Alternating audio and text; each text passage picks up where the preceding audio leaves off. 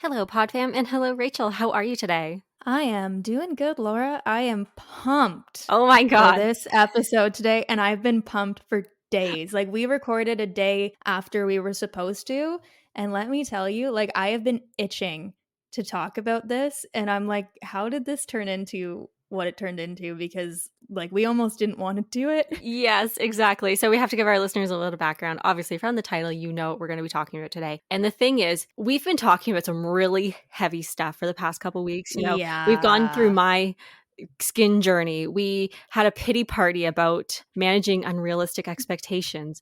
We then talked about how society hates powerful women. So we're just like, okay, We need to do something let's else. pause. Let's pause because I know we have so many feelings, but like we need to talk about something fun. So this originally was supposed to be like a top favorites of our favorite animated Disney movies. But then we kind of took it a little bit too far and got Yeah. so engrossed with the history of Mm-hmm. Disney's animation. Um Mm-hmm. so we hope our listeners do enjoy Disney. And I mean, I don't think there's a person alive today who hasn't grown up in one of the Disney eras. Mm-hmm. So we just hope that you enjoy this episode. We really just wanted to share how amazing Disney's animated movies are because like those are our childhood memories, like that's our childhood Yeah. growing up to those films. Yeah, and I mean, the thing is Snow White was the first ever feature-length animated movie, hmm and, like, that was, like, in it was the 1930s or was it 1940? 1937. 1937 that Snow White came out, and, like, Walt Disney is essentially the creator of animated feature films, which Yep. is insane if you actually think about it. And also just like the attention to detail and just how much work hmm those original movies are. Like, shout out to all the animators that have worked on any Disney film throughout history, whether or not it was a big box office success or not. Yes. Like, you sacrificed at least 4 years of your life I know. just continuously sketching out just minuscule moment after minuscule moment, and that is just I wish I had the Oh skill my God. I'm to so do it. jealous. Yes. And just think about it too where, as we get into the Disney Renaissance era, how many people hmm were involved as animators on just one film, and they had to match Yeah. everything. Yeah. Like, there could not be a variation in how a character looked because otherwise the movie would look really out of whack. Exactly, and So I feel like after we've done this deep dive, now I need to see a documentary of how, like, the early animated films like, filmed, actually, mhm. like, actually how they filmed them, because it's just insane how they have, like, all the different layers that are just, Mhm. built on top of each other to create this, like, very 3D effect and realistic looking backgrounds. Like it's amazing what they've done. So we hope you guys enjoy this episode. Like really we just want to celebrate and just talk about some amazing pieces of artwork. Really, like that's what these movies are. They are pieces of art. And I don't know, I think we're very fortunate to have grown up with all of these stories. Especially the era that you and I grew up in. Oh, the best Th one. What a time to be Oh my alive. god. To be a kid in those days, like we were spoiled. We were so spoiled. We really were. We really were. I mean, we'll get into a bit later, but to inspire me for this episode, I was listening to, Phil Collins' Yes. Tarzan Yes. album. So I mean the Tarzan album, but, it's synonymous with Phil Collins. Mhm. I was losing Oh it god. in the car. Yep. I That is one album that I will dance to, and I don't dance, really. I'm not a good dancer, Yeah. and I was just, like, going hard on my way to work and on my way home, so Yeah, I can definitely say that in the when did that movie? Was it 1999 I think that so. Yeah, it Tarzan came was out? right before it was the very last movie of the Disney Renaissance. Exactly. And so I know for sure, like when I was a kid, my mom and I, for most of the 2000s, like that was the CD that was in the car. And Yeah. I'm pretty sure it almost got like burnt out because we used it so Yeah. much. I had that and a cassette tape of The Lion King, but, like, the Lion King Elton John Oh, songs. yeah. Yeah. Oh my mom apparently said we used to sing it on the, like, long drives and stuff, and I'm like, "Sounds about right." I bet your father loved that. I don't know if he was in the car when that Okay. happened, but we've been going on for far too long. We're gonna spoil our points here. So, Yes. what are you having to drink tonight? So I had a nice lasagna dinner this evening. So Oh, yummy. I am having a Rooibos tea, which is Amaretto. And it's just one of those like really smooth tasting teas and just a very good like after dinner tea. Nice. Yes. What are you Nice. drinking? Well, I'm also having a Rooibos? Rooibos. Rooibos tea? Rooibos? I my brain hurts, guys. It's been a long week. And it's the lemon ginger ale Oh, tea. that's a good one. Yeah, because we don't have any food in the house right now, so you know that that is craft dinner night, Mm-hmm. and my tummy is feeling very full I bet. after that. I bet. Yep. Yeah, so, you know, it's just helping me out, but let's get into it. See, I didn't use the word cracked because you made fun of me Oh my god, that I one made fun of time. you once because it's so cute, and, like, now you won't say it. I'll say it next time just for you. Okay. But to start it off, picture this. It's 1937. Mhm. And the Snow White and the Seven Dwarfs comes out, kicking off the golden era of Disney. Yes, yes, and the important thing about Yeah. Snow White, Walt had done animation shorts, Mickey Mouse had a long time been a thing, but Mhm. really what he wanted to do was take animation to the next level. So, Mhm. it was that animation could be more than just cartoons, they could be Yeah. works of art and masterpieces and actually tell a story just like Mhm. any live action feature length movie. Yes. And a key distinction here because, when you hear the golden era, you're usually like, "Oh, well, that must be the most successful Mhm. of something," right? That's not necessarily what this means. What it means is that this has become the gold standard Yeah. of what animation can be. So let's look at Bambi, for example. So that was the fifth animated feature to ever come out. But when you look at it, it really is like every frame looks like a painting. Mhm. And the fact that that early on in this type of filmmaking that they could do that is amazing. So why don't you jump into kind of where this era started and where it ended Sure. in terms of movies? Yeah, so like you were saying, these movies were the masterpieces, everything was hand drawn, hand painted, and I, still can't wrap my mind about how things were shot, but it was like a multi-plane camera and it Mhm. was really the first animated work ever to use that type of camera. Like this is all brand new technology because if you think about it, even Hollywood itself is not very old at this point in No. history. Like we're still in the golden age of Hollywood. And so it's all started with Snow White and the Seven Dwarfs that came out in 1937. It was Mhm. then followed up 3 years later by Pinocchio in 1940. Snow White won several Academy Awards, and then also Pinocchio did as well. It won 2 Academy Awards in Best Soundtrack and Best Original Song categories. So Pinocchio still scares the Oh, absolute god, hell yeah, out of yeah, me, and I can't watch it. Pinocchio was never one of my favorites. So, it's kind of, like, No. a little bit darker, same with Fantasia that also came out in 1940, just Mhm. very dark, and this one, really was a labor of love, I think, for Walt because he kinda Mhm. wanted to showcase what he could do with animation and music, but Mhm. to, like, the the audience, this was more like it felt like just a bunch of shorts that had all been pieced together, and there's some Yes. very scary moments in those Yeah, movies. so on that note before we move on, Mhm. because I know we have 2 other movies in this era, is when we think of classic Disney, the golden era isn't necessarily what we think of as the family-friendly No. Disney film, No. that they are very harsh, and a lot of them are really scary. Yes. Like, there are some scary scenes that I would not want to bring my five-year-old or even, like, a ten-year-old to if I had a child today. Ri And animated films today have kinda become synonymous with childhood films, Mhm. so they're usually rated G. I don't know if Pinocchio and Bambi would be rated G. Yeah, if actually, they came out the funny today. thing is, so at this time, like you were saying, today animated films are very much considered like for family friendly kids movies. But at this time, this was a new work of art. So Mhm. even though, yes, like it kind of tailored towards maybe family stories, because a lot of these stories were like Pinocchio, Snow White, in this era did actually come from classic fairy tales that had been Mhm. revamped to suit a feature length film.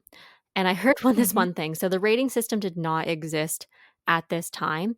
And I think a lot Okay. of these movies are rated G, I think. But if you actually compared it to today's standards, like with the current rating system, they would all be minimum PG, if not PG-13. Yeah. Yeah. Yeah. There's definitely a lot of moments in these movies that are etched into my mind from childhood of I am terrified, Pink elephants and I've dancing, man. Mm. okay, you know what? Just the entirety of Pinocchio. Yes. He just turns into a donkey. I know. Oh, and I just wanna throw out this fact. This was how amazing and groundbreaking they were being with animation. So in Pinocchio, there's a lot of, like, smoking because that's the time, right? Everyone smoked. And Mhm. they created the method of how to create smoke and smoke rings I for love the movie it. so it didn't look fake. Like, how cool is that? I know it's kinda weird, but the fact that, like, there was no roadmap. They were creating the roadmap with every film. Yes. So, moving off of this into the last 2 movies of this era, up next was Dumbo, Yes. which is another one that, kind of emotionally scarred me, Mhm. and it was also one of them that did not do very well critically. No, no, it did not do well at the No. box office, and I feel like now, all of these movies are classics, and if you count for inflation, all of them are successful over obviously, the past 90 years. But at the Mhm. time, they had such a big win with Snow White that they were Mhm. hoping to follow up with future wins, but the stories just weren't quite what they are today. There wasn't really the music and the theatrics that Mhm. more modern movies have. So that's kinda where they Yep. fell short. And then to round out this era was Bambi, one of the most Oh. heart-wrenching movies in the first 5 Oh minutes, my and god. that's how they closed 1942. And Bambi was one that actually did implement music quite a lot in a different way. Mhm. The one that I always think about is the rainstorm scene. Do you remember which one I'm talking Yes, I about? do. Where the actual rainstorm, the music is almost where it's just instrumental, it's just an Mhm. orchestra, but it's almost narrating this rainstorm. Yes, oh my god, I'm having a visceral memory right now of the Yes, so the raindrops. thunderclap is like the, what are they called? Cymbals? The percussion, the cymbals, and, there's like I think there's like an oboe going. Mhm. So that was one where they did start to implement music as almost a character Yes. in the movie, but just in a very different way than from what you and I would have been familiar with as children. Definitely. So let's move on to the second era, and this is a very not so well known time for Disney movies, and it's the wartime era. So it lasted from Yes. 1943 to 1949, obviously during World War II. So a lot of the animators and artists that worked for Disney were enlisted into the military. So he lost so many of his people who worked for him to create these movies, and they really had to step back to reduce their production costs. So I feel like some people, like these movies definitely have like a cult following for some, but to the Yeah. wider masses, they're not really well known. I honestly did not know that these existed. Yeah, like I'm familiar with a couple of the names, but I really have actually never watched them. So I don't know. Maybe after we kind of did all this research, I'll have to check them Mhm. out. So the first movie of this era was Saludos Amigos, which came out in 1943. And it was a four-part movie that included live action and animation. And it actually Mhm. highlighted Latin America. This one kind of has a cool story of how Walt had created the story and produced the movie, is that he actually went on a goodwill tour of Latin America and learned about their culture. Mhm. And then this kind of just evolved into a film that Yes. showcased pieces of it. But again, he really didn't have any of the budgets because, a lot of his films from the golden age, with the exception of Snow White were not big money producers. And then also with Mhm. the war on top of that, there's just so much struggle for him to keep the company going. So Yeah. this movie, it kind of came out as a lot of different shorts instead of having like one full feature length story. Yes. And where a lot of the animation effort went at this time was actually to short films. Yeah. A lot of it was wartime propaganda Hmm. that they were enlisted to create. So that's really where a lot of the animation effort went at this time, which makes sense considering the time that they were living in. Yeah, exactly. And I feel like if you look at the artistry in these Mhm. films, it reminds me very much of like Bugs Bunny and Yeah. Looney Tunes. Like Yeah. it definitely reflects on that time period of what was going on in animation.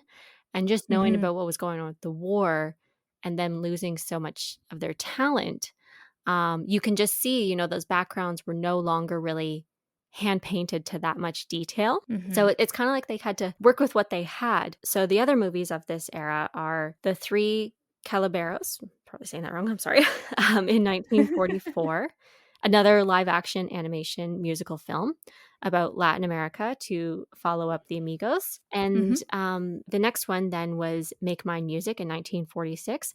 And this one is strongly considered a lot of the wartime propaganda for the US. And the US Mhm. government actually occupied the studios at the time and Yeah. hired Walt to create these propagandas. So that's kind of like considered like his war effort to World War II. And then the next one, Fun and Fancy Free from 1947, a two-part movie about a circus bear named Bongo. And it's also a Cute. retelling of Jack and the Beanstalk with Mickey, Donald, and Goofy. So again, Oh my god, I remember that. I Okay, kinda I remember have that seen one one of too. them. Yeah. So It scarred me. oh I just gosh. remember, like I'm sorry, all I remember of this movie is, like I can't remember if it's, like, Mickey or Donald, but they're cutting the bread, Mhm. except they're just Oh, getting the thinnest yeah, little no, it was a slice that is bean. almost They were translucent. slicing a bean, and it was, like, paper Oh. thin. Yeah, so, just, really telling of the time of, how I think the war, like, really did kinda come through on some of these Mhm. movies as well, just because, yes, in Jack and the Beanstalk, they were starving and trying to feed themselves, but also, millions of people were suffering from the war. So, it's Yes, kinda like with that lens of relating to what is going on in the world. Yeah. definitely. So, next film was Melody Time in 1948. Just another kind of like package of animation and several popular songs. And then Mhm. the last one to round out this era was The Adventures of Ichabod and Mr. Toad in 1949. And it really did just adapt to literary classics, The Wind in the Willows and The Legend of Sleepy Hollow. So, Mhm. for these films, they kind of had, what was the name? It was like the package films is kind of what Mhm. that was like their standard name at this time because really what they were was a bunch of different stories all Yep. just put together. Yeah. Yes. So I think that's why, there's so much going on in this era and, movies from the States were not allowed to be played in Europe at the time, Mm. obviously. So Yep. really like none of these movies, they might have shown up in a few theaters, but with so many people struggling, men were off at war, women were in the workforce for the first time. So there really wasn't like the population to go out and Yeah. enjoy these movies.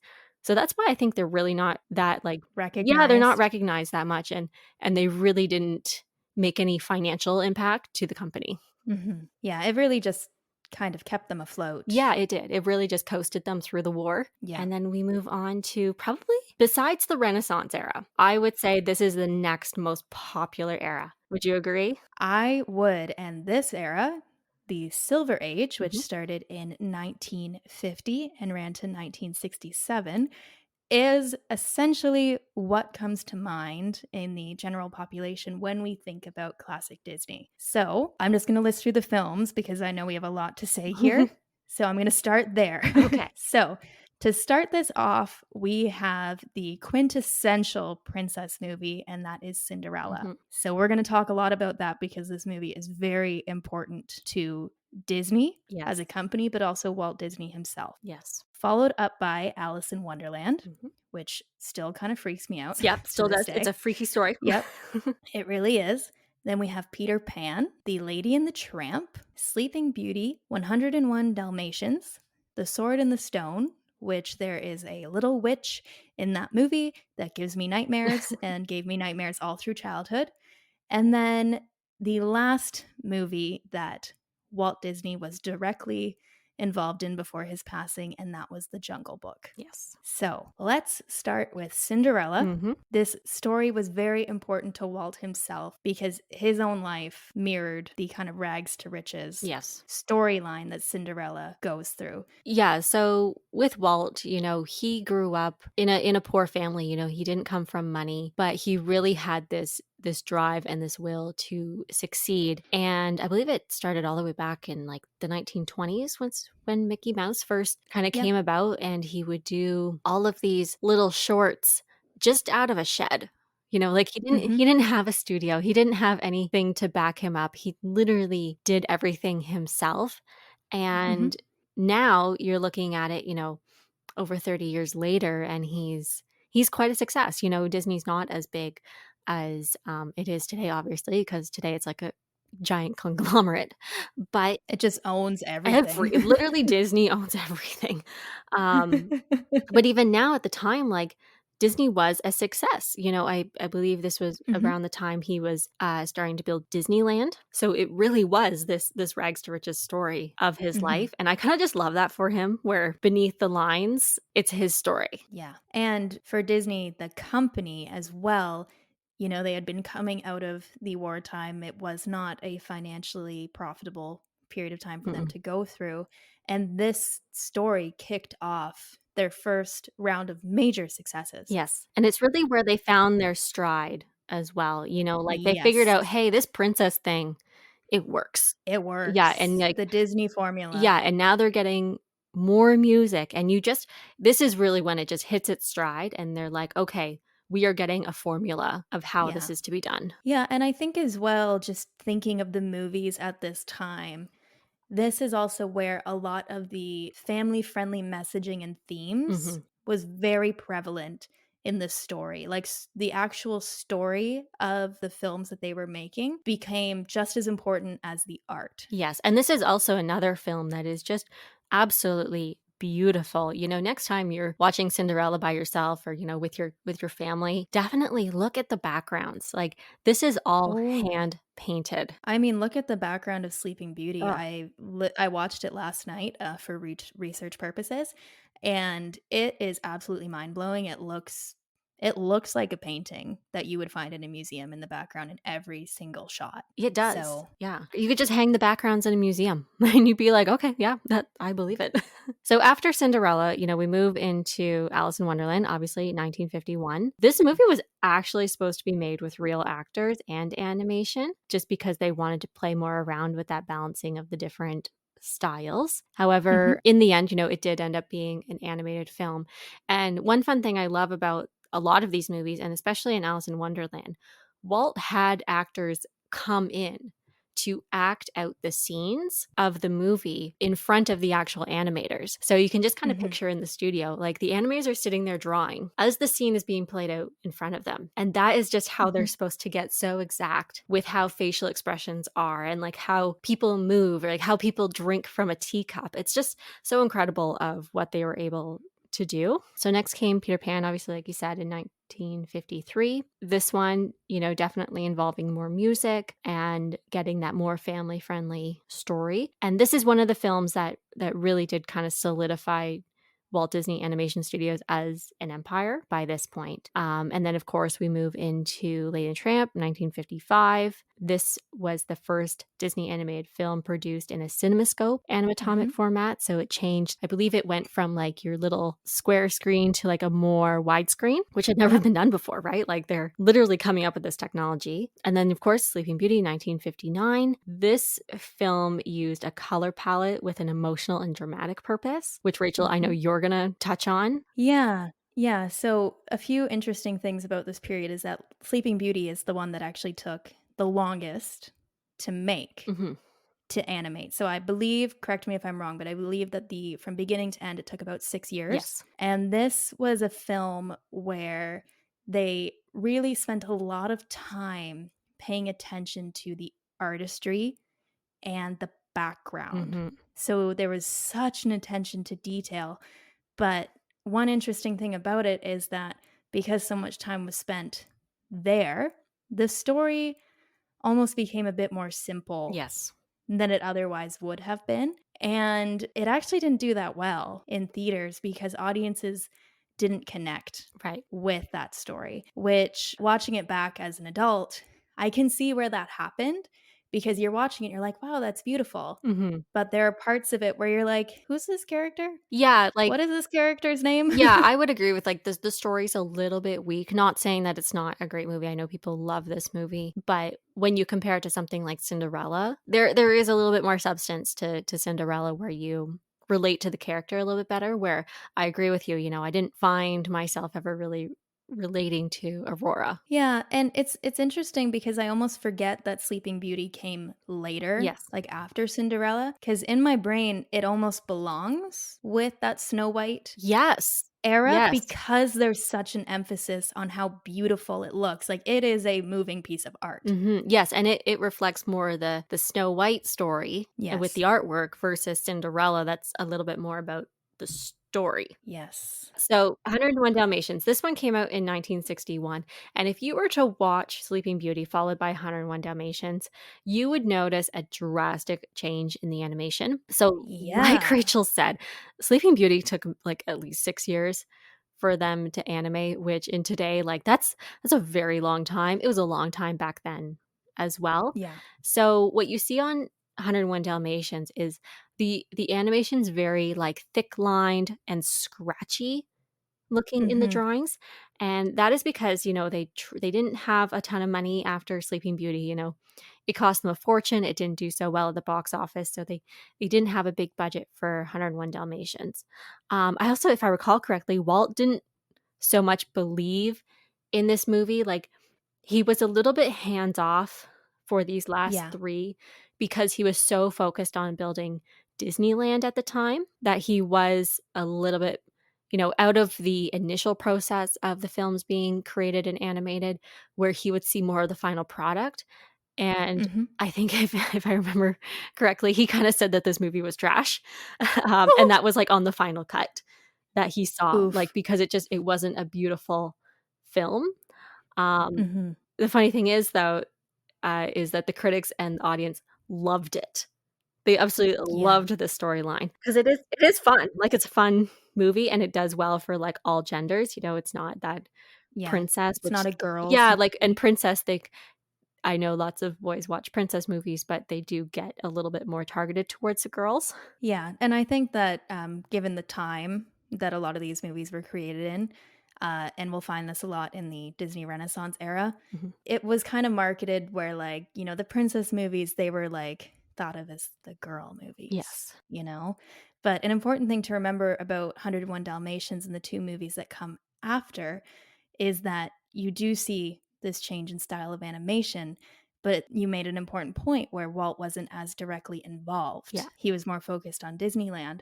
And that just goes to show how into and how much of a hand he wanted to have Mhm. and how his animation looked. Like he was the visionary He was. at this time. He was the person who pushed that, who just like kept that train going and was like, okay, we're going to do this next and we're going to do this next. Mhm. That as he kind of took a step back, his animation team is sitting there like, well, what do we what do we do? Which style are we going to do? Where are we what kind of story are we going to focus on, etc. Exactly. Yes, and this type of animation, it was the first time they had ever done this because, they were given permission to speed things up and not spend so much time on the background. So if you watch Mhm. 101 Dalmatians, you'll see that the backgrounds are very fixed and they Yep. kind of had this more modern style like that it felt more like when you were watching it like it could be 1961 in these Yeah. houses where, like all the other films before that, you were being taken back to a time. Like, you were taken back to the Yeah. medieval ages. So that was definitely kind of a fresh style that the audience really loved. And the process that they were doing was they would Xerox the different images and layer them Mhm. on top of each other, and they were Yeah. drawing right on the Xerox. So that's why all the lines are so dark, because they had to outline the images, and that's how they got all the different Dalmatian puppies. Yeah. So the term for that type of animation is xerography. Mhm. My kind of understanding, because I still don't really understand how animated movies at this time were made because it's just such a complicated process. But how the movies are shot is they're kind of shot on these layered things called cells, Mhm. which are these transparent sheets of paper that create, like the character movements plus the dimensions of the background.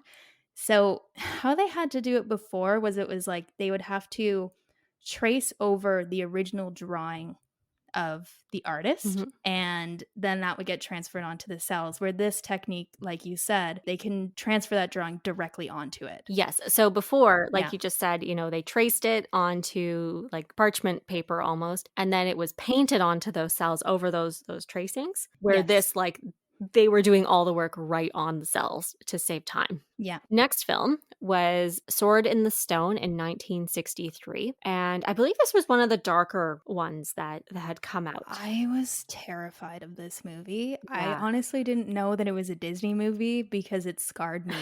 There was just this little I think I watched it for the first time when I was like 4 or 5 years old. You've seen it, right? I don't actually think I've seen this movie. Like, I know of it, Okay. but Okay. yeah, I don't actually know it very well. Yeah, there's this little, like, just this little witch character who had really crazy eyes, and when I was, like, 5 years old, I always thought that I was gonna wake up in the middle of the night and she'd be standing at the foot of my bed. So, that goes to show how scary this movie was for me. Yes. Um, so with this was actually the last film to hit the market before Walt Disney's death in 1966. And Mhm. despite it had really poor reviews from critics, but it actually was a box office success, which is kind of funny because, Yep. like, you never know what the audience is going to like, but it seemed from this time period, going from Sleeping Beauty to these more differently animated and darker stories, people liked it. Like, they were really in for that. And then to round out the era, The Jungle Book in 1967, and this was actually the last film that he ever had his hands on in terms of some of the creative control. And this is one that, they really did not spare the expense on the voice actors. They Mhm. had music legends of the time help write the songs and perform the voices. And I feel like this is why this movie definitely stands out from the era, because Mhm. it's so memorable. Like, Baloo, Mhm. Bagheera. I almost called my cat Bagheera when I was a I kid. love that. Yeah, and Ka and Shere Khan, like, and you just know their voice, right? Like, Mhm. I probably just named all those characters, and in your head, you know exactly how they sound. So I really loved this movie because you could tell that they're like, "Okay, let's pull on these recognizable voices, and this is what's gonna give these movies staying power and help the audience relate to them because they recognize them." I have Bare Necessities playing in my head right now. Great song, great song. Yeah. This was actually a very difficult movie for the Disney studio to make, though, because obviously their fearless leader passed away in 1966, and they really did lose some direction from that. Obviously Walt had a hand on it, but not very much due to his Mhm. illness. So you can just kind of like almost see with the story, I find there's a bit of a fight starting Yeah. of, who is taking the creative lead on where the story goes. Which leads us into the Bronze Era. Yes, which a lot of people call the Dark Age, which Yeah, otherwise referred to as the Dark Age, which is the longest era of all the Disney eras to date, and it went from 1970 to 1988. yes. Now, similar to what we said about the Golden Age, just because we call it the Dark Age does not mean these movies were bad. No, like, these I am actually, obsessed with some of these oh my movies. god, like, some of these movies are my ultimate favorites, and really, this is where you can see that at this time, the original animators and the new animators were struggling to find common Yes. ground, and there was Mhm. a lot of time for experimenting with the plots of these movies. So, hardly any of these movies really pull on classic fairy tales. Robin Mhm. Hood, yes, that's a classic, but a lot of them are either kind of from books or Mhm. more original stories. Yep. And I just kind of I'm looking at them all right now. They really went with the animal themes. There is one movie that The Black Cauldron that's not an animal-based movie in this And whole that was the least successful one. exactly. Go with animals, guys. Go with the Um, animals. Go with the animals, but yes, and similar to what we were saying earlier about how, Sleeping Beauty compared to 101 Dalmatians, Mhm. the animation style is hugely different, Yes. and the use of xerography was huge during this era, and a big criticism at the time was that the use of this animation technique was lazy animation. Mhm. So, I can see where that's coming from. Yeah, definitely when you look at all these movies together, the animation style is, like, the same yet very different because it is spanning over almost 20 years. And to Yes. start off this era was the Aristocats, and in 1970 I love this movie. It's like this is why I'm obsessed with this I can't movie. call it the dark age. Um, No. and this was obviously a musical comedy about a family of aristocratic cats, and they befriended an alley cat, Thomas O'Malley. I love all the songs. I'm just, like, trying not to break out into song right now. The word that comes to mind is just swanky, Yeah. and I don't know Yeah, why. Like, Thomas O'Malley was so and this swanky. was another film, like, they just like The Jungle Book, they kinda added that formula of having the real, like, swingy jazz and songs and the Mhm. songwriters coming in. So, Yes. musically, I love this film, like, I don't think there's anything wrong with this movie, probably 'cause I'm a See, cat lady, so, we're a bit biased, we're a bit you're biased, so but biased. speaking of the music and such, this is something about this era and the Silver Age era that I adore, especially with the female voices Mhm. that they brought in. It has a very Yes. classical feel to it, where it's not like they're not opera singers, but you can tell, like, they could do a stint on Broadway Oh, if absolutely. they wanted to. Mhm. And even, like, they just have this soft, like, very classical, almost Doris Day Yes. vibe to their singing, and I just love it. So I just had to mention that. It's just so good. Yes, absolutely. So after the Aristocats, Robin Hood followed it up in 1973. And obviously, this was just a retelling of the classic Robin Hood tale with Mhm. animals.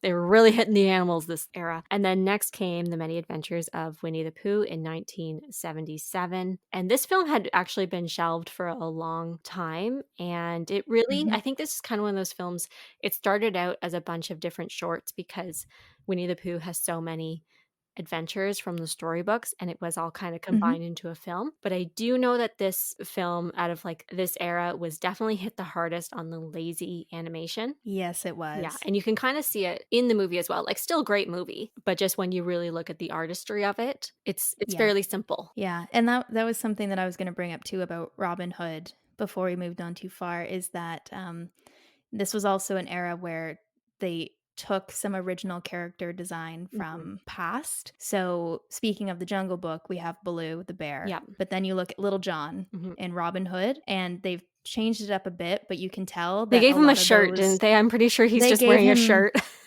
yeah, like, essentially, it's the same character, so Yeah. they were criticized a lot for that as well, Mhm. is just taking shortcuts for, again, financial purposes, but when you compare it to Cinderella and Sleeping Beauty that came not too long before, you can tell where the criticism comes from. Yeah, absolutely, and we're just talking about the naming of this era. Mhm, Like, it wasn't that like, it wasn't the best era for like, financially. It actually did better, I believe, than the golden age, but when you talk about the eras as they're called on in from the style, mhm. it's not quite up to that gold standard No. of that era, like, it's called the Bronze Age for a reason. Yeah, and another thing about it too, and we're coming up on a movie that really emphasizes this, is that there were younger animators Yes. coming in at the time who wanted to explore darker, Mhm. more mature themes that would cater to older audiences as opposed to cater towards the family friendly vibe. Exactly, exactly, and one of those great examples is The Rescuers in 1977. Yep. I think this is one of my boyfriend's favorite movies, The Rescuers, and then in the next era, The Rescuers Down Under. Really? Yeah, he loves this film. I know I've seen them, but to me, they don't really stand out. Up next then is The Fox and the Hound in Oh 1981. my god. Oh god. That's the one I was bringing up. Oh, That's I just, it hurts my soul. yeah, It's why I don't enjoy the hunter trope because it exactly. hurts. It hurts Yes. so much. Yes, I find in Yeah. this movie, you cry because 'cause you're happy, you cry because 'cause you're sad, Uh, and yeah, so that was 1981, and they're just best this was friends. actually one of the most expensive Disney movies to make, and I think you can kinda tell in this movie, this one, I believe it did take a very long time. This is where, like, the peak, uh, Mhm. conflict happened with the old animators and the new animators in this movie, because Yeah. you can kinda tell, like, they're trying to hold on a little bit more to that classic scenic Yeah. artistry, yet Mhm. also incorporate the newer technology. So this Mhm. is where that film kind of clashes a little bit. But the funny thing is, so even though it was the most expensive to make and it did take 4 years essentially, many consider it to be one of the best Disney movies in which Walt Disney himself did not participate in at that time. Really? Yeah, I thought that was a really fascinating note. Like, That's really yeah, like I interesting. I love The mean, it Fox is and the very Hound. well Yeah, beloved. it is beloved. Like I love it, and it's so hard hitting and heartfelt that Mhm. I can see where that comes Yeah. from. So, Well, I think maybe other than the Aristocats, like, it did have that very, heartwarming mhm, family it story did. that, like, Cinderella and Lady and the Tramp and that kind of stuff had, so I can see where that praise comes from Yes. because it just resembles that time. It's almost like a nostalgia Mhm. that it Yeah, elicits. very nostalgic, and I think they're also going back to, like, what are the morals of the Yes. story, you know? Mhm.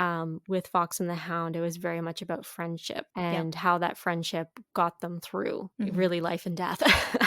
So that movie, it's always gonna be a classic, and yeah, it's a good one. So coming out next was The Black Cauldron in 1985, and this was based on a series of books, and it was Mhm. actually planned to be the first in a series of films. Mhm. However, However. the T here is that it's considered one of Disney's biggest failures. And I'm not surprised, honestly. Like, it's a dark movie. Like, this is probably one of the darkest ones they've ever come out with. And Mhm. I think this is where they tried to do the older, more edgy story, and it Mhm. just didn't hit, you know? It was too No. dark. Just too It's dark. just way too dark. I think this is one of the ones where I know I've seen it because when I look at the images, the characters are familiar, Yes. but I think my young brain blocked it out of my I memory. would agree with that. I Yeah. know I've probably watched this movie with someone, like, it didn't live in my house. Yeah, I Yeah. probably, like, mentally blocked it out. They had, like, the scariest villain ever. Yeah. It was definitely one of the ones where the darker, more mature direction Mhm. that some of the new animators wanted to go in, this kind of was the product, and it did not go very well. No, it did not.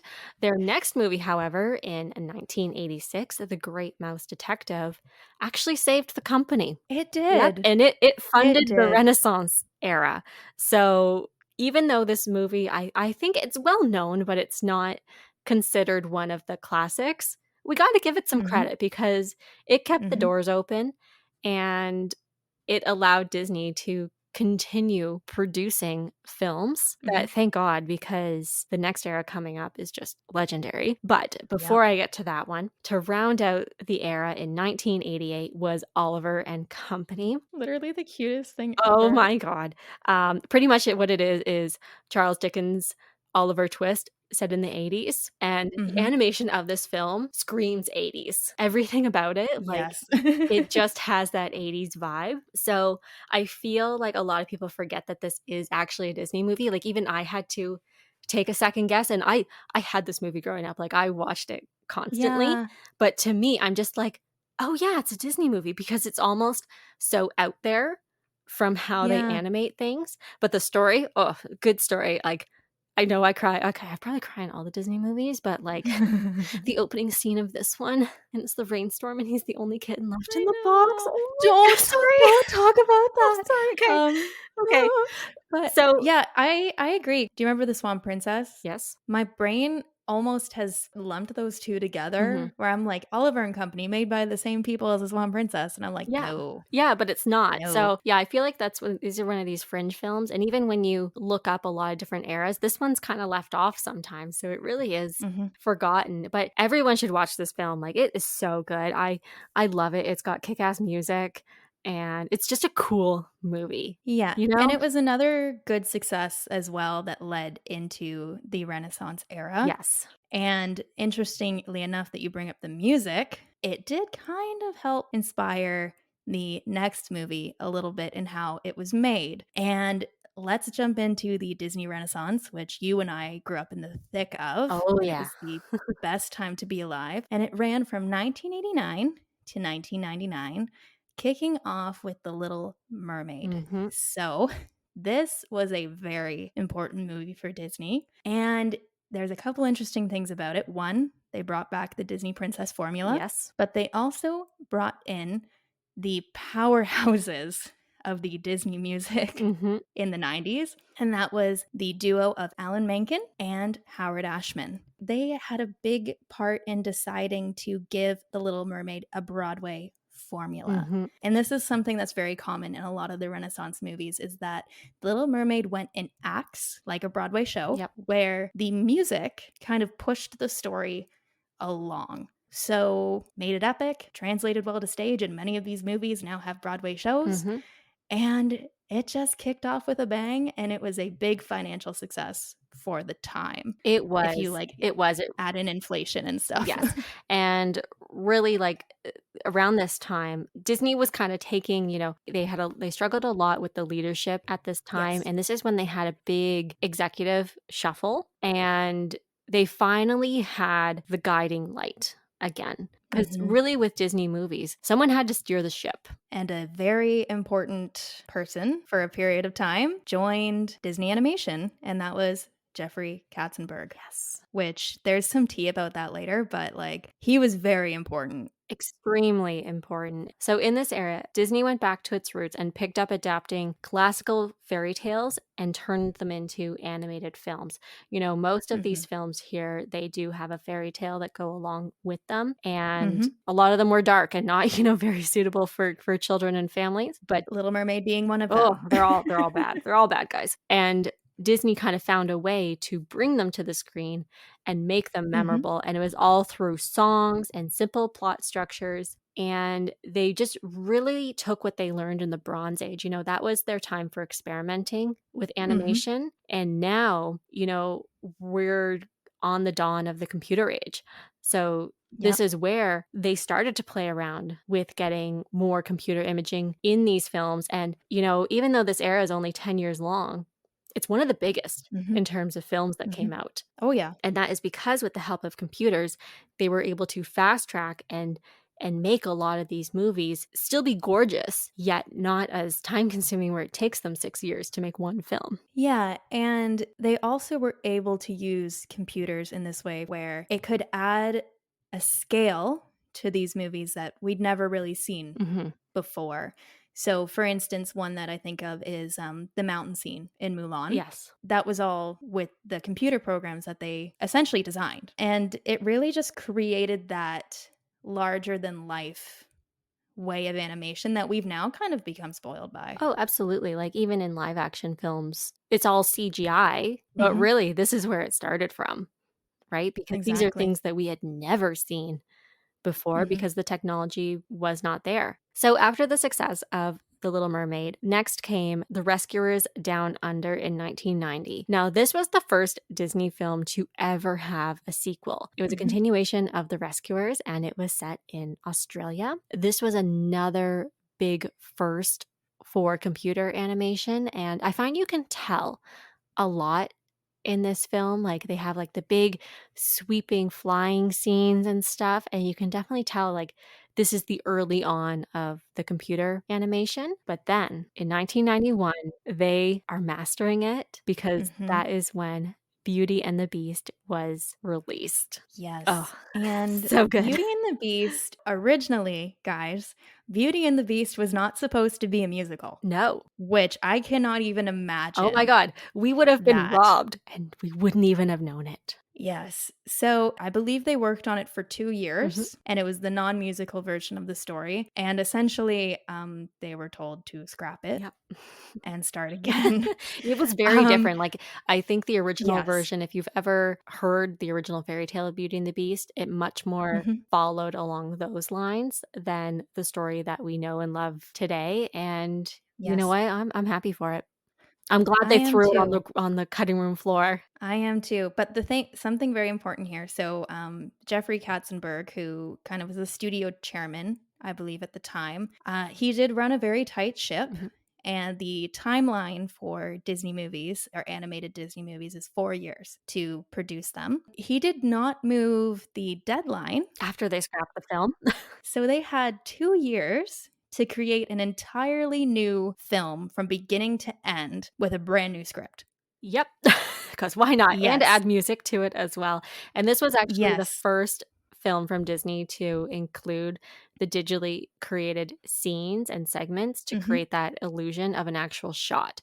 So, if Yes. you think about the iconic ballroom scene of Beauty and the Beast dancing and think about what happened in the past, the backgrounds were very static. They did not move, the camera did not move, the characters moved. But in Hmm. this, they shot it like a live action film where it was, like, sweeping over the ceiling, and the ceiling was moving, and then it swept over them dancing. It's just beautiful, and they had to It create is. this technology, people, like, it didn't exist before, and this is why I get so excited about these films because, like, it's just genius of what they had to do, and look at what we have now. Like, this is Yeah. when we were kids, so, like, this is what we grew up with, and I love it. Yeah. So it was a huge box office success. It was. It was very critically acclaimed, huge box office success, and it was the first animated feature to ever be nominated for Best Picture at the Oscars. Amazing. Amazing. Amazing. It's so good. It is. And then the next film of the Disney Renaissance, which was actually shelved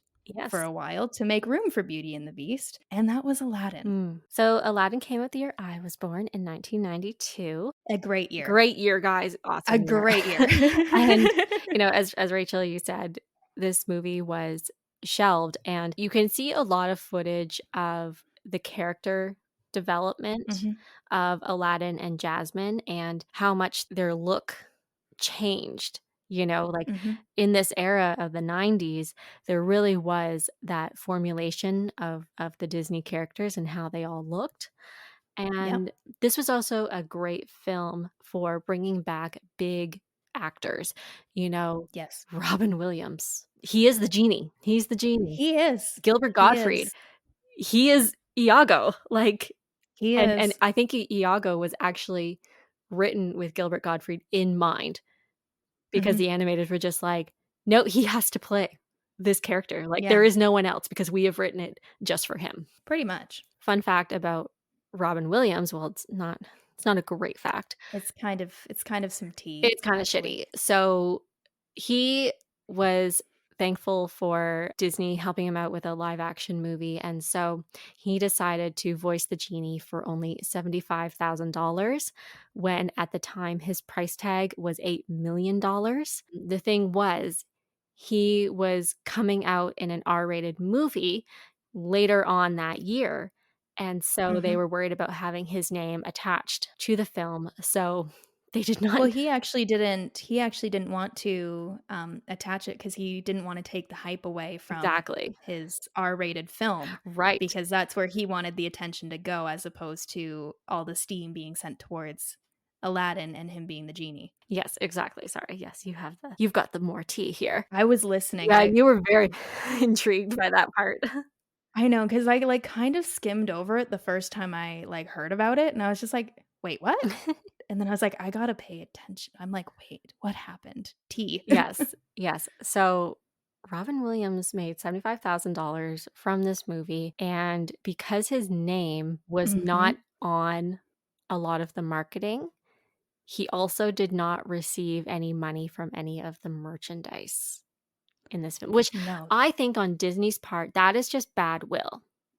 That's right? just shady. Like, Like, I a know huge foundation of their marketing was built around the the genie, genie like, you became should the marketing, like, originally, the original yeah. marketing did not focus on the genie, but then after Robin came in and played this role and Mhm, became the movie, they're like, mhm. "Well, shit, we gotta feature the genie, like, this is what's gonna get people in the theater." That's just bad will, guys. Don't do that. Don't do stuff Yeah. like that. Um, and an interesting thing about these early periods of the Renaissance is that each movie that came out topped the last in terms of it just becoming a hit, Yes. right? These original ones did very well, but they had not made their biggest hit yet, and it was in process at that time. And take a wild guess as to what that was. I'm gonna go with The Lion King. 1994, The Lion King, and it was fantastic.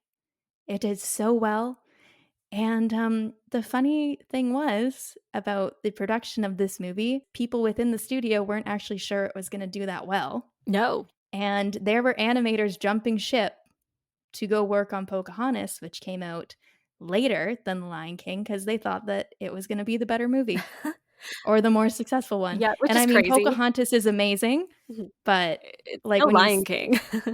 no, like, when you think about what The Lion King became, you're like, "Guys, you should have stayed on that Yeah, movie." like, I feel sometimes when you think about Disney, especially the Renaissance era, Lion King is the first movie that comes to mind. Yeah, it's Mhm. amazing, and again, it was a movie where there was a lot of advancements in the technology, like, I'm pretty sure they had to create a whole technology just for the dust Yep, during the during the stampede. stampede, Mhm. and this was another one similar to Aladdin where they brought in a lot of big names Yes. to voice the characters, and they also brought in Elton John to Mhm. be essentially write the songs. Yes, and I feel like this is it's not the first movie to really have an album because, by Mhm, this time, the music was important from all the films, like, I know I had a CD that was, like, the Disney Classics 2, Volume 2 or something mhm, like that, but this was one of the first ones where there was a single mainstream artist mhm. creating the soundtrack. Yeah, because there's, like, the soundtrack of, like, the actual movie songs, but, like, you can go out there and buy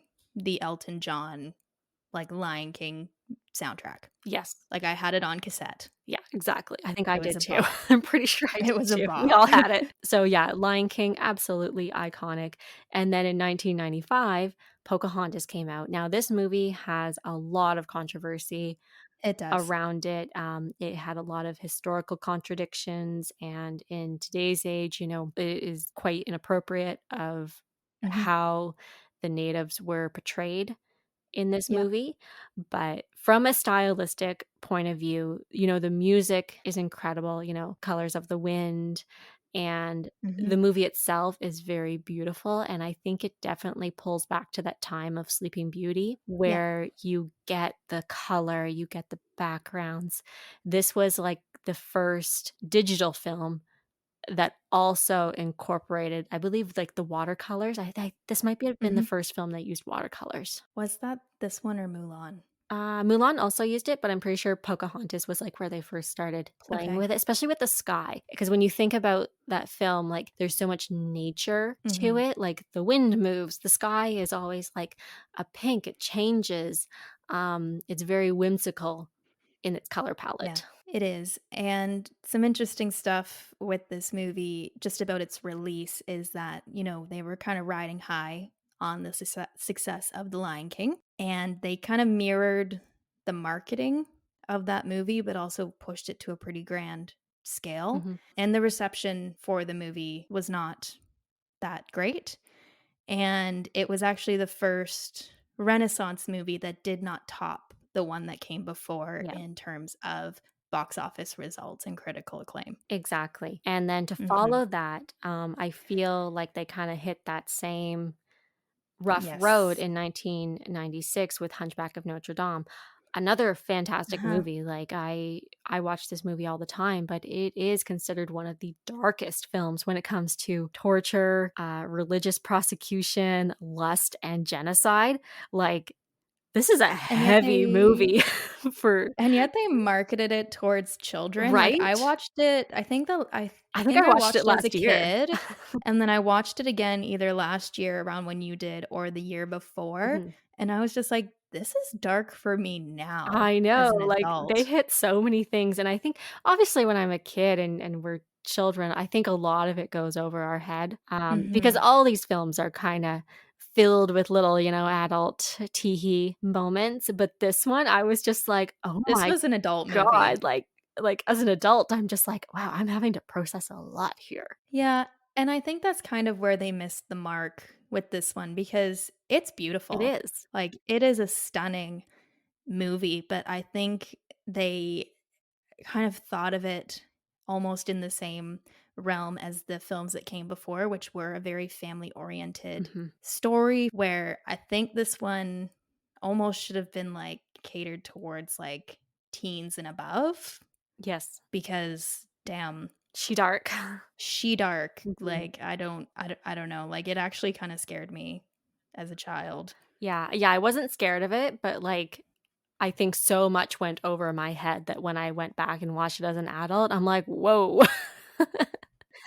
There's a sexy fire dance in this movie. Well, even just the treatment of Quasimodo Yes. is just Oh, it's oh despicable. god, it's horrible. So, yeah, unfortunately, they missed the mark. You know, going back, I can appreciate it. Yeah, I love the risk that it took. Yes. It's still a good Yes, but movie, it's still a good movie, but it is substantially more dark than the rest of them, and then you get kinda have to into be an adult. yeah, you do have to be an adult to really understand what's going on, and you're like, "Wow, I question a lot of things now." And then you kind of get on the flip side with Hercules. They came out in 1997, and I was kinda surprised to find out that this was actually one of the least successful films of this time. Me too, I love It's a it. fun movie, so it's like that It's yeah, amazing. it's one of those films that perfectly mixes Greek mythology, musical theater, and comedy, and I Mhm, feel like it definitely embodies the '90s animation style, not as fine as mhm, earlier movies, it's a little bit more sharp and edgy,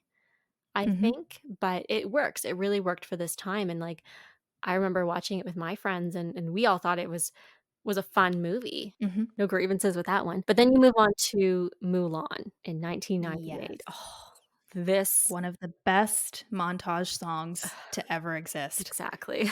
So, so good. Yes, this is a masterpiece. Um, Yep. I think this is when they really figured out the computer animation, Mhm, because as you said before, Rachel, in the scene on the mountain when all the Huns are coming down, that was all animated for yeah. this purpose. And what I also love is in the musical numbers, they really do pull in a lot of the cultural art as well. They branched out from their own traditional animation and pulled in different styles Mhm. because this movie looks very different from any of the other films of this era. So, love Mulan. Music is iconic. And then to finish out this era in 1999 is Tarzan. And they left it on a high, baby. Oh, yes. I remember seeing this movie with my mother. We both loved it. We had the soundtrack and we burned it out in our car. We listened to it so much. Yeah, and similar to what you were saying about Mulan, this is another one where they really hit the mark with using computer technology Mhm. to make the film, because one of my favorite facts about this is because of the fact that Tarzan is literally wearing a loincloth the whole time. He's doing so much physical movement, like, the whole time, like, he's kind of, like, skating through the trees and, he's walking like he's kinda crawling like a gorilla, etcetera. They had to create a software or a technology that would, like, show how his muscles would move if he was a real human. Who thinks of these things? Like, he's the first character in Disney history to that point that had working muscles. I know, and it's kind of funny because you're like, "What?" But but really, Yeah. yeah, it makes sense because this is the first time where you actually see the human anatomy. It's Mhm. not covered by clothing, or it's not, Yeah. just drawn just a simple drawing without the detail of the muscle. And what I also love about this movie is that they watch skateboarders to get that Yeah. inspiration for him to be seeming like he's skating on trees. Mhm, mhm. So, one interesting thing that makes this movie stand out from some of its predecessors of this era is it's not a musical, but it is. So, what I mean by that is that it's not a musical in the way where Tarzan is stopping his, you know, mid skate on some trees to belt out a big power ballad. Um, no, we just got the incredible movie album that was created by Phil Collins. And Yes. essentially, Phil Collins came in, wrote these songs in place of it being a musical, so it's, his voice, Mhm. and he just becomes a pseudo narrator for the movie. Yeah, like, the music moves the story along so much, like, It was it's the essential to the best story. choice. It is because there's so much stuff. So, the 2 ones I think of a lot when I think of this is Son of Man and Strangers Like Me. There is so much that needs to happen in those montages for you to understand what Tarzan is going through, Mhm. and it just hits the mark Every so time. well. Like, the montage of Strangers Like Me, you understand how he feels about Jane, you understand he's learning. Uh-huh. It's great. That was just so good, and another film that brought in big voices to narrate this story, and can we just take a moment for "You'll Be in My Heart"? See, Such but that's such an interesting thing too, is I think that other than Turk singing "Trashing the Camp" and that brief moment where Kala sings "You'll Be in My Heart" to Tarzan for, like, maybe 5 seconds, Mhm. that's the only, like, character singing Yeah, 'cause in the really, whole movie. like, Phil Collins takes over singing that song Yeah.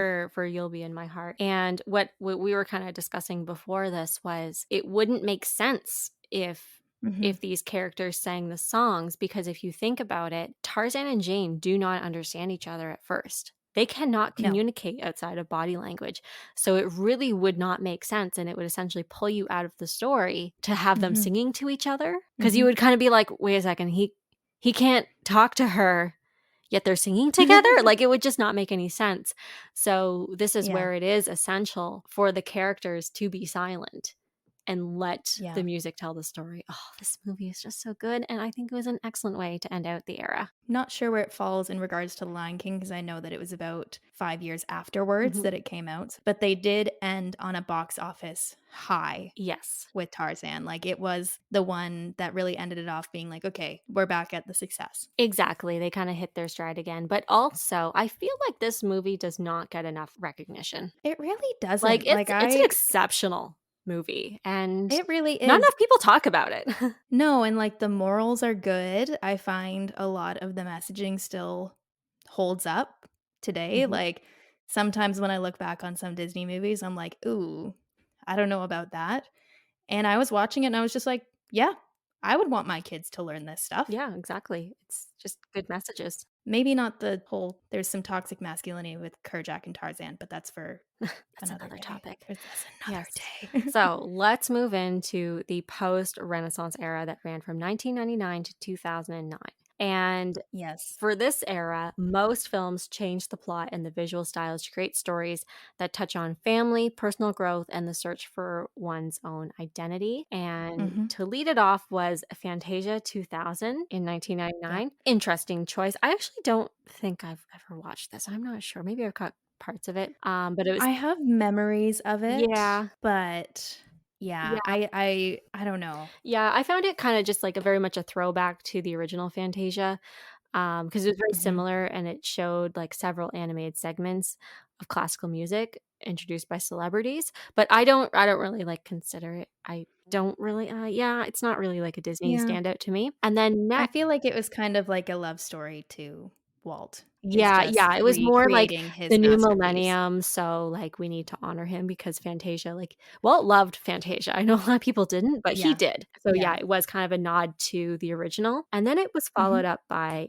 Dinosaur that came out in 2000, and you can really tell, like, they're trying to be experimental because now we're getting more digital Mhm. and 3D, but they're a little bit directionless. So, this was the first Disney film to be shot in real locations, and then they Mhm. digitally generated prehistoric animals into these scenes. So it's very cool. Like visually, it's a very cool movie. It's a bit primitive. You can definitely tell that this technology is new and had not been honed in Mhm. very much. But I remember liking this movie when it came out Yeah. in theaters. I don't remember the story a whole lot, but it was very much around, like, not quite the Ice Age, but I believe when, like, the meteor hit. I really Yeah. wanna go back and actually watch this movie because I do remember it being fun. So, like, good movie, kinda like an early Ice Age, even though that's not a Yeah. Disney thing, but, like, This is another one that I forget was a Disney movie. exactly, yeah, I was kinda Yeah. also thinking, like, "Is this a Disney movie?" But yeah, it actually is, and then the next movie that came out was the classic The Emperor's New Groove. I love this movie. This was a great movie, like, it kinda So good. blew the barriers off of what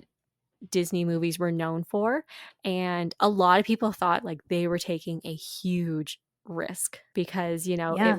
it was all about the humor, it was, not like a romance at all, it was just 2 friends, well, eventual friends, and kinda was like a meta comedy, so it pulled you out of the world Yeah. a lot, put you back in it. Yeah, and it was interesting with this movie too because it didn't actually get a lot of marketing because the had a bit of that treatment where the story changed a bunch of times and such, and it got released during the holiday season at a time when they were marketing, I believe it was 102 Dalmatians. So it didn't actually get a lot of attention.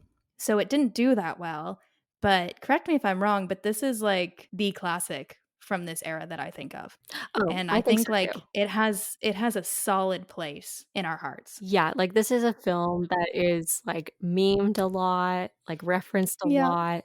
So, really culturally, like, this movie has stood the test of time, and at the time, like, the studio kinda wrote it off. They're just like, "Eh," yeah. it was fine. By all accounts, it really doesn't make sense. Yeah, and then they kinda had one that, aesthetically was a beautiful film, Atlantis: The Lost Empire in 2001, but it really just got lost Mhm. in its creation and in the release. The next one was Lilo and Stitch. I think Lilo and Stitch kinda overshadowed Atlantis because it came out not too long after, and I remember Lilo and Stitch being huge, and I know it wasn't that Yeah. financially successful at the time, but it's another film that has stood the test of time. Yeah. The Emperor's New Groove is kinda like almost like a cult hit, Yes, where Lilo and Stitch is the standout of this era where, like, it's the general consensus that this was the success. exactly, and then I'm just gonna run through these next films because really they don't stand out creatively at all, and I think the thing I have was some things about Treasure Planet. I know you do, but I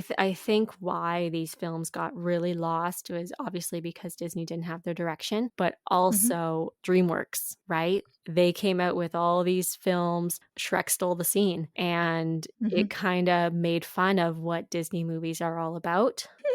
And then I think this was also a pretty big time for Pixar as well. Yeah. So it just seemed like the old animation studio just kept getting like shoved to the side and didn't really Mhm. truly have any they're good stories, but there was just always somewhere where they flopped a little bit. Yeah. One of those being Treasure Planet, which it has like a special place in my heart. I've always really enjoyed the story and I thought that the music was good. I don't know if it's because like, kind of catered towards boys. Yeah. So my brothers would watch it. So then I got an attachment to it. But one of the reasons why this one didn't do as well, like Pixar has been very like computer animated Mhm. since the beginning with their films. And this was one where they were trying to mix the computer animated style while still having some of the hand drawn animation style. Yeah. Except the thing is that it was almost too far on one side in some areas and too far on the other Mhm. in other parts of the movie, where if they're mixing together, it doesn't work. You can tell what's what. Yeah, so that was one of the reasons why that one didn't do particularly well was just because, like, they couldn't really pick a style that they wanted to stick to, but they also couldn't mix the 2 of them in a way that they kind of mix that computer imagery and the hand-drawn stuff in the Renaissance era, probably because the technology was advancing so fast. Exactly, and that led to Brother Bear in 2003, and this was actually the last traditional animated film that was produced at the Florida studio, Mhm. and then that studio was actually closed and everything kinda went digital, and I know that this one also has kind of a cult following. It's a very good story, but just another one that didn't have that big theatrical draw and release Mhm. of the Renaissance movies. And then we move on to Home on the Range in 2004, followed by Chicken Little in Yep. 2005. And Chicken Little was actually the first film animated fully in 3D digital format. And it was Mhm. actually quite successful. I remember watching this one and did enjoy it, but it didn't have the story. Like, they focused so much on the new technology that they Mhm. forgot to tell a good story. Then we have Meet the Robinson in 2007. I don't think I've ever actually I don't seen think I've this seen one. it. And then to finish out this decade is Bolt in 2008. And this is Mhm. actually a very popular movie with critics. They celebrate this film and consider it an essential part of the next era of Disney animation. And Mhm. it did not do well at the box office, but when we talk about moving into the next era, you can definitely see it in the animation. Like there's like a new breath of life where they kind of Yep. figured out, okay, here's the formula of how we get things to look good. Yes, and a very important thing to note as we move into this era that this was a symptom of is Disney had now acquired Pixar. Yes. So they were learning the Pixar way. Exactly, and we all Yes. know we're not gonna talk about Pixar tonight, that's a whole other episode, but, They are fantastic. it's amazing, it's absolutely amazing. So, let's move on to the revival era, and that is 2009 to 2021. We've actually just changed eras in 2022, but this is the era that focuses on using all the techniques learned in the past to implement them into more classical works of the Mhm. first Renaissance, but have a current vision. We start getting a little bit more modern with the stories. They're a little bit more self-aware of the characters and break those traditional roles. And they're just Mhm. beautifully animated as well. So it all started Yep. off with The Princess and the Frog in 2009. This is an exceptional movie. Definitely go watch it if you haven't seen it. This one actually uses traditional animation to reinvent classic Mhm. fairy tales. And I love that they kind of brought back what they know best. Yep. Next came out was Tangled in 2010. This was actually a very expensive movie. The total cost was $260 million, and it was in production for 6 years. I Mhm. love that movie, though. It is so funny and so good. And it was also the first major success It was, yeah. of this era as well, financially. One thing about Princess and the Frog, because it's gorgeous and it did use that traditional form of animation, but for some reason, I guess with where society was going, it didn't hit. It was still a wonderful movie, but it didn't hit the way that they were expecting it to. So when it was time for Tangled, they went full blown computer Yes. animation. Yeah, like, it So, looks more like that modern day, like, even if you compare it to Disney films like Frozen, the mhm, animation style, it can hang with mhm. that kind of movie, where, yes, The Princess and the Frog, you definitely have that more pulling you back into the Renaissance era, but I feel like Yes. that film had to pick everyone back up, and then they're like, "Okay, Yeah. now we can go forward." And then they came out with Winnie the Pooh in 2011, Mhm, Frankenweenie in 2012, and then in 2013 came Frozen. And that smashed every box office record that Disney had ever held, and I'm pretty sure mhm. every other record that anyone else had ever held for Yeah. for animated films and almost films in general. This thing was huge, and I'll be honest, I didn't get it at first. I did not get the hype, and I got Mhm. pretty goddamn sick of Let It Go. But this is really what spurred on the continuation of Disney, and Mhm. like, oh my gosh, Frozen was everywhere. It was just insane. Anna and Elsa as a brand, Huge. just even, like, even apart from the Disney princesses, like, they make some money Oh, on yes. merchandise. Oh, But yes. I'd be very interested, because, there's a lot of Disney songs that come out where they have such success because of streaming. Mhm. I would have loved, like, obviously it didn't exist, but could you imagine if streaming existed when Circle of Life first dropped? Ugh, it would've been crazy. Oh, would have been wild. But yes, moving on. Yes. So then after the major success of Frozen came Zootopia in 2016. And I love this movie because it really touched on current issues, such as gender equality, and I thought a lot of older issues as well, such as racism, and prejudice. And it was just a beautiful film as well. It was funny, and it really did make you think. Like, even for kids watching it, it made them ask questions of of what was Mhm. going on. And I feel like this is when Disney really started touching on more social issues. You know, Pixar had kind of started going there, but now in this new era, like films were asking the questions and they were really making us question what our society did. So that's a Mhm. fantastic one. And then another major success was Moana, also in Yep. 2016. This movie, equally huge. I don't think it was quite as big as Frozen, but also massive. Brought back, you know, big name characters such as The Rock. Even my boyfriend knows the lyrics to the song You're Welcome. He loves to sing it to me.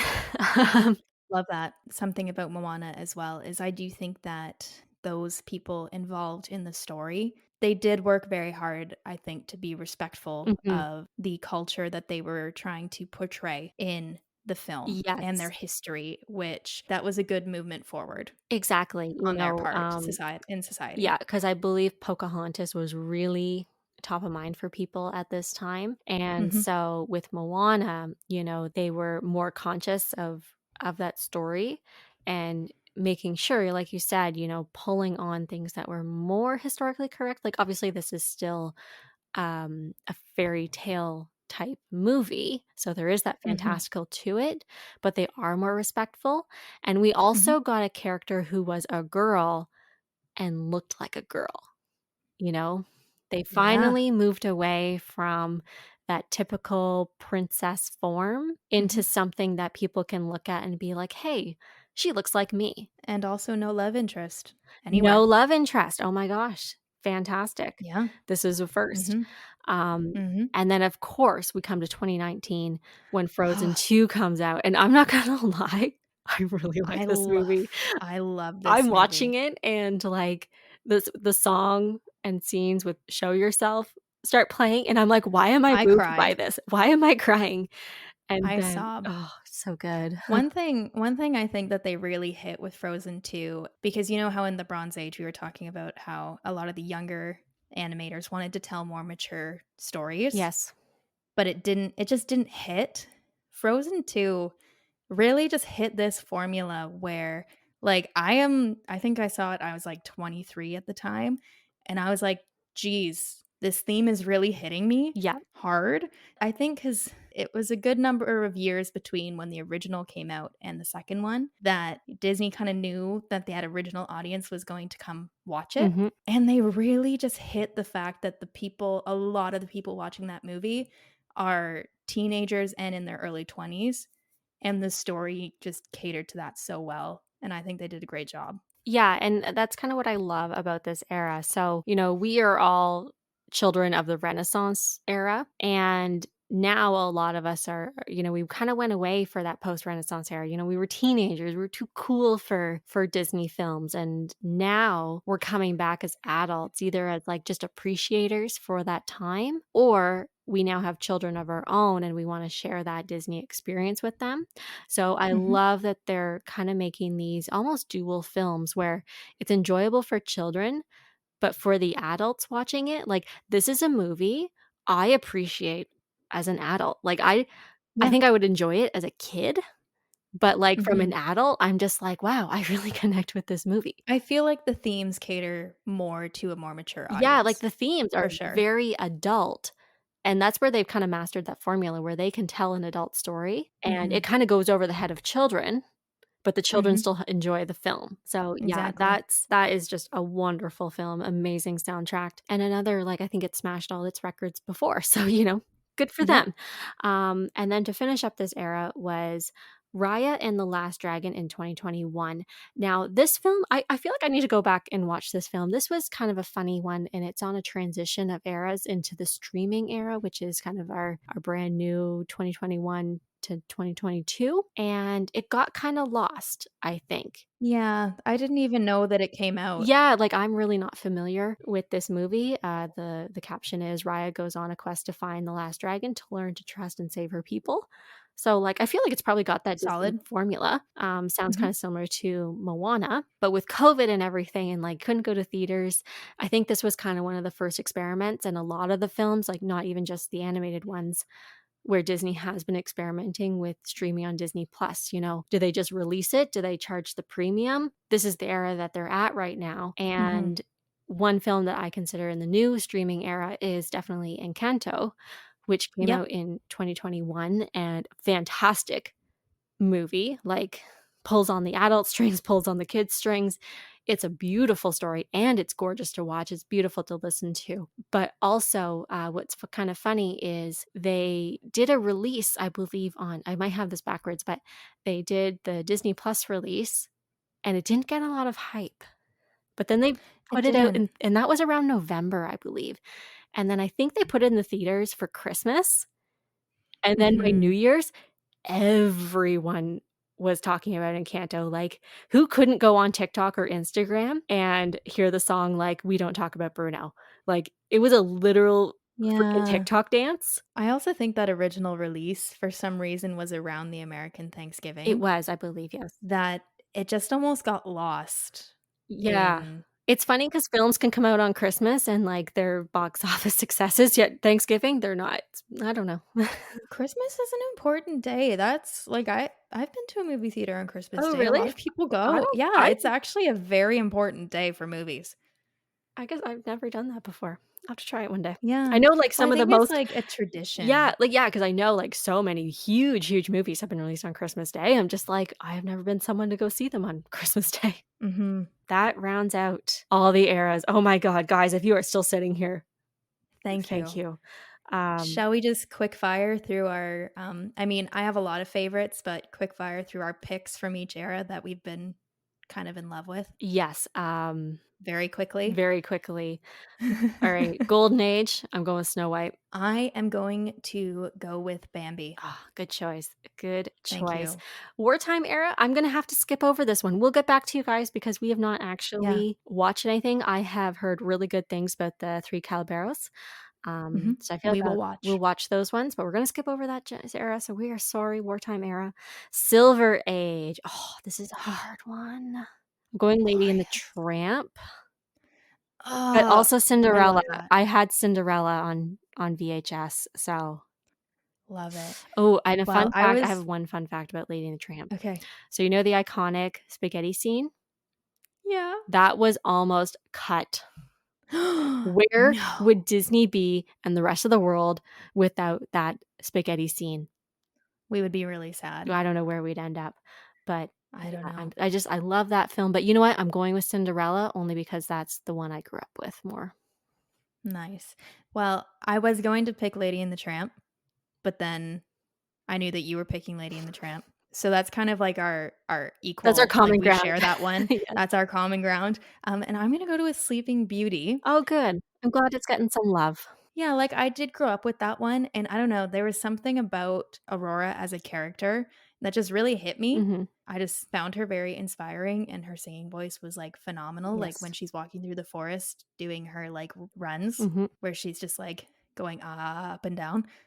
Amazing. I Amazing, love it. amazing. All I right, love it. Bronze Age. I'm going with the Aristocats, and fun I didn't mention this at the start, but I'm actually drinking out of my little Marie mug, and on the inside it I says, love it. "Because I'm a lady, that's why." And I just find that such a quotable Oh, movie, and I probably liked that movie a little too much as a kid and I love embodied it. them a lot. Yep. Um, I too would leave my fortune to my cats if I ever right. had the I opportunity. know nowadays with, Uh, like, how shitty people I can be, I'd be like, "Yeah, you know what? My cats. my cats are getting it. My cats are gonna get it." So I also adore the Aristocats. Mhm. It was again a tie for me, but I know that the one that I've chosen also has a special place in your heart, and it's The Fox and the Hound. Yes. Little baby Todd. Oh. I watched it last night because I hadn't seen it in so long and I'm like I need to watch it again for research purposes. And I just like little Todd and Copper when they're I playing know. together. And then when Copper goes away on the hunting trip and Todd is watching him drive away. Mhm. Ah, Oh god, that movie just kills I me. know. So I have a funny I story. know. When I was a kid, I used to stay with one of my parents' friends, while they were at work, and they had The Fox and the Hound because we didn't have it at home, but they had this movie, and every time I went over, I watched this film, and I think it was Oh to my the god. point where they're like, "Is she okay?" Like, I 'cause feel my like she's favorite emotionally movies scarred at now. the time were Old Yeller. The Fox and the Hound, and Homeward Bound. Okay, were you I okay? don't know, because now I Those watch are them as an all adult. really sad I movies. know, but I think it just went over my head. 'Cause there was like, "Oh, Yeah. the animal film." Like, I wanted to watch 'cause you'll notice, guys, like, all my favorites kinda revolve around animals. Mhm. Um, so to me, I was like, "It's the animal film." Um, yeah, so that was me as a kid, watched very sad movies, and people wondered if I was okay. I was fine. Um, and then Copper, is actually, inspired the name of my mom's dog. And his full name is Coppertod, as in honor of this movie. But I also wanna give a shout out to Oliver& and Company because that is an exceptional Mhm. movie. If you haven't seen it, like, definitely go watch it after you're done listening to us. I wanna go watch it again. I haven't seen it in Ah, so long, yeah. but The just I just just the now that opening, the older I got and the more the opening hit me, the less I was able to watch these movies. see, the fact that you brought it back to my memory, I'm sorry. um, I can see it now in my head, and I think this is why I have something about little orange kitties at, Oh, little like, at fluffy orange humane kitty. societies and stuff. Because 'cause I'm like, "He was so cute. Why did no one want him?" I know, it was so sad. Doesn't make sense. And now, see, this movie is 100% why I go on, like, humane society websites to look at the adoptable pets, and I'm like, "I need to go get all of them," because Right? people, especially the ones where they're like, "Oh, we've been here for, like, 4 to 6 months," and I'm like, "Well, you're not gonna be there much longer. I know, right? This is why You're coming home with we're not me." allowed in the shelters. We'll come home with 20 cats. Um, Yes. alright, let's move on to the Renaissance era. This is the hardest one to pick a movie because really I just wanna rank them. I don't wanna pick a favorite, but I'm going with Beauty and the Beast because Okay. when I was a kid, every Friday we would go to the video store to rent a VHS, people, if Mhm. you're not of the Mhm. '90s era. And I have a visceral memory of what that place smells like because they also used to make, like, the movie popcorn as well. Yeah. And, I rented Beauty and the Beast 17 consecutive weeks in a row. I love that This for is you. I'm this is so why so many proud. people were like, "Is she okay?" Like, and the I can clerk relate. It's the alright. clerk at the store looked at my parents and they're like, "Can you just keep this movie, please? You have already paid for it so many times."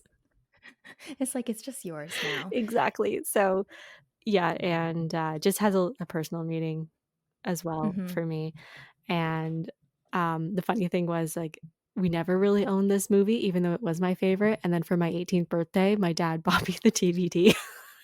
I He's love just like, it. "It's about time you owned your own copy." But this was also a film that when they kinda did the live action for, it Yeah. actually enhanced the story. Like, it's, like, the one live action that I truly love. We went to go see that together, We right? did, yeah. I saw Yeah, it we several both loved times. it. Yeah, it I was so good. Yeah, I absolutely love this film. So, it's so hard, like Lion King, I also Mhm. absolutely love. It will always have a place in my heart, and same with Aladdin, and, oh god, I'm just gonna go down the list if I keep doing that. So, yeah, Beauty and the I'll Beast. jump in. Yeah. So, yeah, similar to you, I was going to pick The Lion King, but I feel like The Lion King speaks for It holds itself. its own, it's fine. In a way, it holds its own. That one, does have some sentimental value for me because it really is the one that, like, me and my 2 brothers, like, that was, like, our movie. Yeah. You know, like, we had the cassette tape in the car and we would, like, sing it together. And, you know, like, it was attractive to both me as the baby and the girl of the family, but also the 2 boys. Mhm. So it was something we could do together. But I've gone with Tarzan. Love it. We already talked so much about And Tarzan, but oh my god, I it's so know. good. It's just so good, and I think why I picked it in the end is because of the fact that, like, I really can't say anything bad about it. Mm-mm.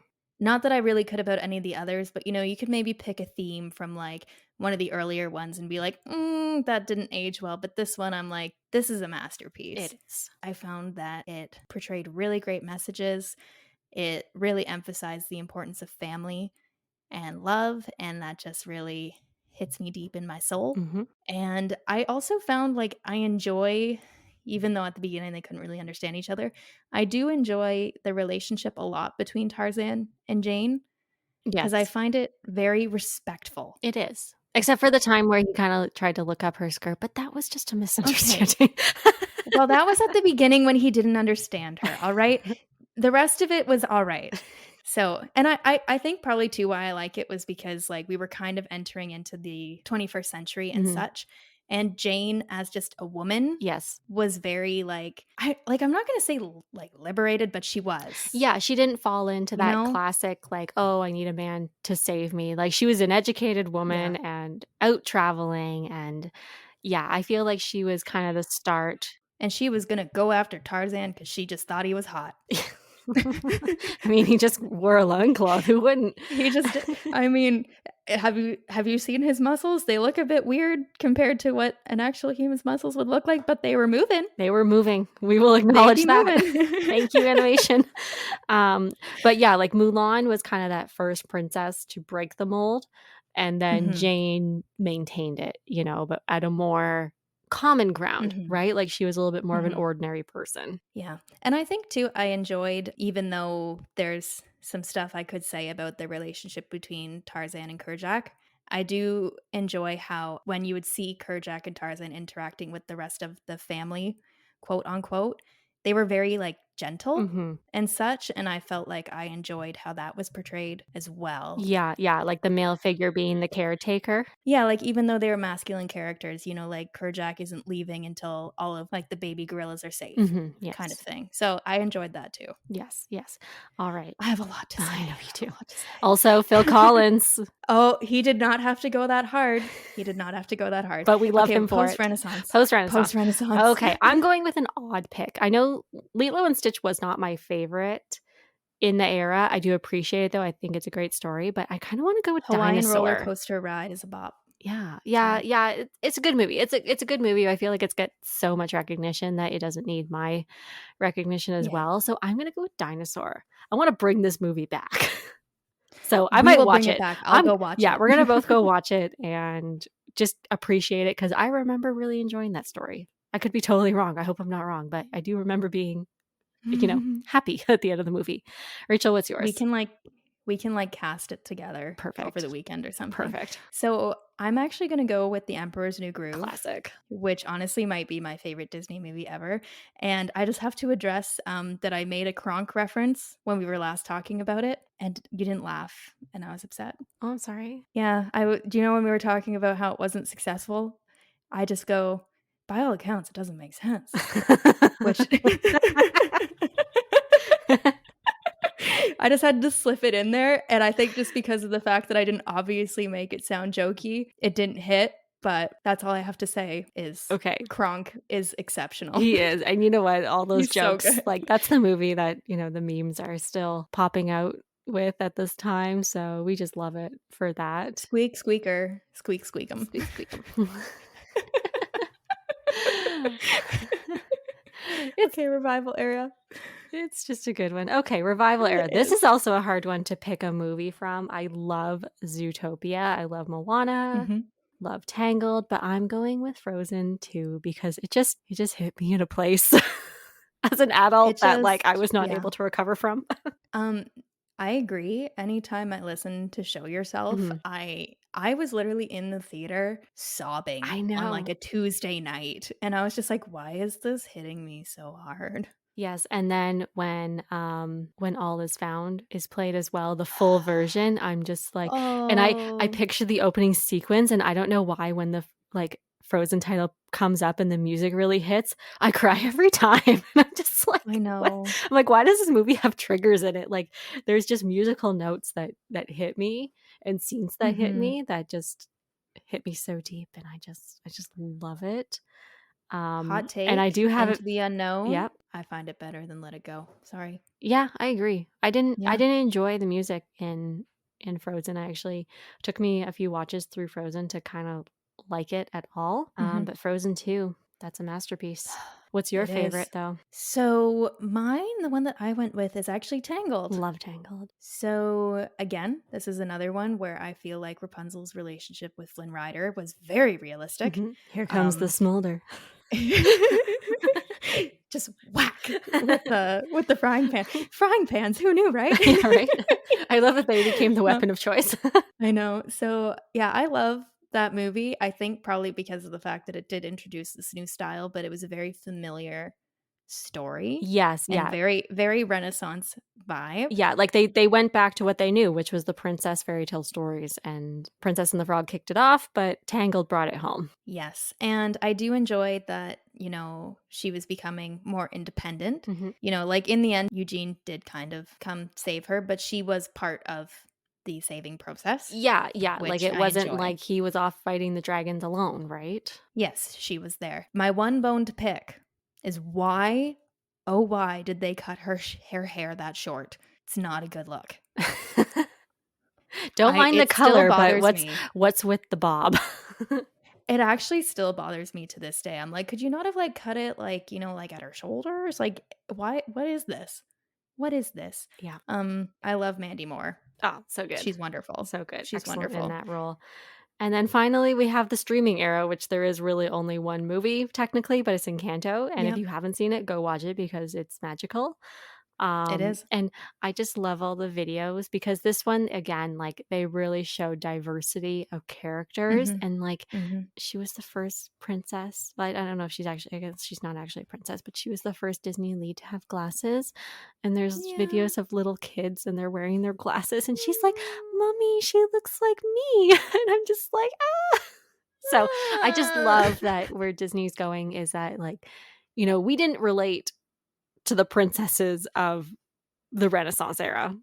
Of our Really, day. really, like, in looks and appearance, It would be hard to because the bodily proportions really don't make yeah, sense. and we're not getting into that Yeah. tonight, that's a different episode, No. but, like, I just love that now they're kinda creating more realistic body types, skin tones, and hair, glasses, everything, and Mhm, flaws, mhm. um, that now children are truly seeing themselves in these roles, and they're good roles to have as, like, a model, you know? Yeah, and also, like, Isabella is a critique on perfectionism Yes. and the perfectionism expected of women, and I love it. Yeah. Stand by it. Mhm. And why does, like, surface pressure, like, why did I cry? Why do I cry during Ah. that song as well? And I'm just like, "Oh my god, I feel this." So, yeah, it's, unedited. This has been 2 hours and 5 minutes, Mhm, so if y'all are still here, thank you. We appreciate you. mhm. We probably won't do this kind of episode very often, but, our No. fun episode of favorites kinda became a Yeah. two-hour special, so we Yeah, we and don't know what our happened. favorites actually only took up 5 minutes of the episode. Oops. Oopsies, We oopsies. just had Well, you know what? so m See, it's hard to cover 90 years.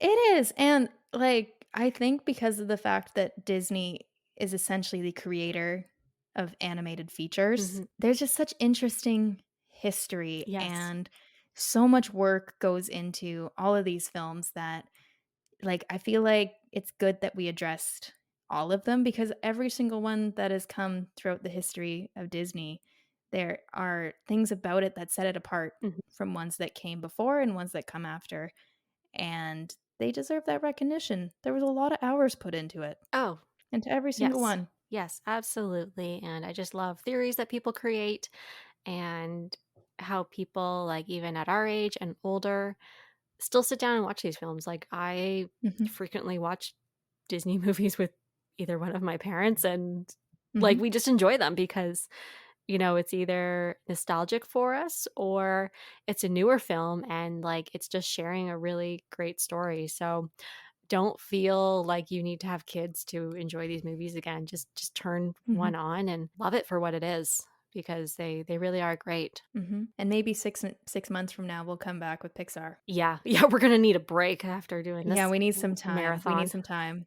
Like, I don't know if you feel the same way, but I have taken a lot of Disney related information into my brain Mhm. over the last 3 or 4 days that the second we turn this recording off, I will probably not remember any of You're it. gonna have to decompress. You gotta make I room. know. And I know you feel the same way. Yes, and we only scratched the surface, so we hope this kind of Yeah. inspired you to look more into Disney history or just kinda give you a little fun facts, but Anyway, Mhm. we should let you lovely listeners go. If you like this show, definitely leave us a 5-star review and don't forget to subscribe so you don't miss any of our episodes. They come out every Tuesday at 7 a.m. Eastern Time. We have a lot of great episodes coming up, especially the return of a very popular guest to talk about a very Mhm. spicy topic. And Spicy. Rachel, do you have anything else left to say? I do not. Go enjoy some of these Disney movies, guys. Yep, and enjoy it with a nice cup of tea because we all live like tea. Live like tea.